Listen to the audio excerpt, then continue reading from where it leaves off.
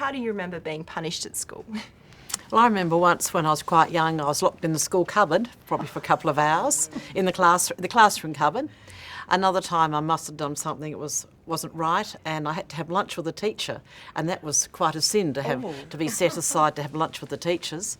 I remember when I was a bit older, I used to get rapped on the knuckles with a ruler, or I had a teacher who used to pull me by the ear and pull you out the front by the ear. Well, I remember being strapped once in school. This was in Scotland, and I was incensed because I hadn't actually done anything wrong.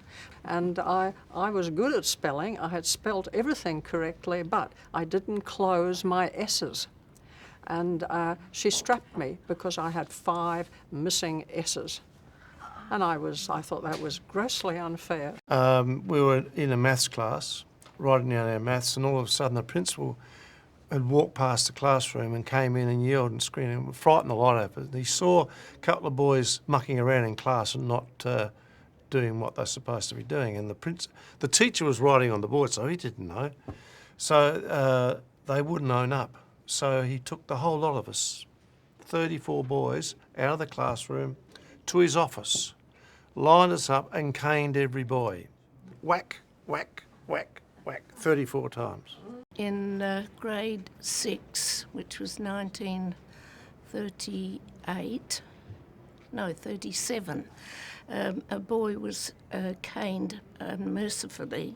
He was a backward student and he'd failed his spelling test, 9 out of 10, so the teacher at least took him outside of the room and both hands, 10 strokes on both hands of the cane.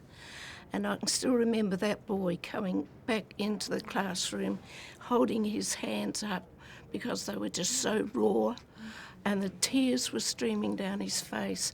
He disappeared later on about lunchtime, but the next morning there was a very irate mother there.